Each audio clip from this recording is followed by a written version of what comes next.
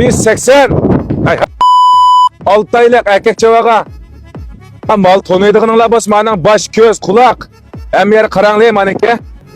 Notusu baktım çocuğununki, sapkanınki, en katısı, apısım çocuğu, dadısım çocuğunu.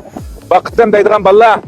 Hakiki atçı olsanlar man tonunla. Ama yarap ütep gitti ya, yarap ütep gitti. Şundak yamin ne? Bakıma deydiğen balla olsa bana 180, 99, 40, 77, 12, 180, 99, 40, 77, 12 degan numarni öndidarga jalaymiz ha.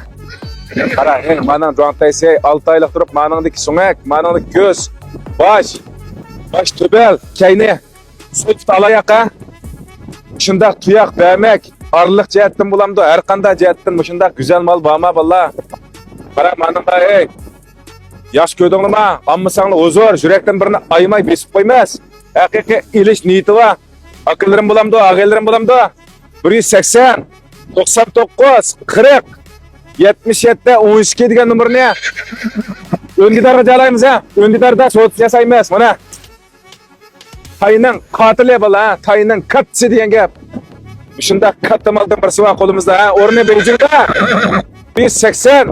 Hay.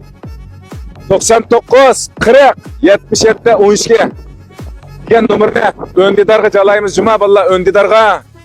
Mana mashunda güzel mal bor. Ey balla qo'limizda. Onda olsa balla qo'shilib Guanzhou qilish unutib qolmang. 记得点赞关注哦。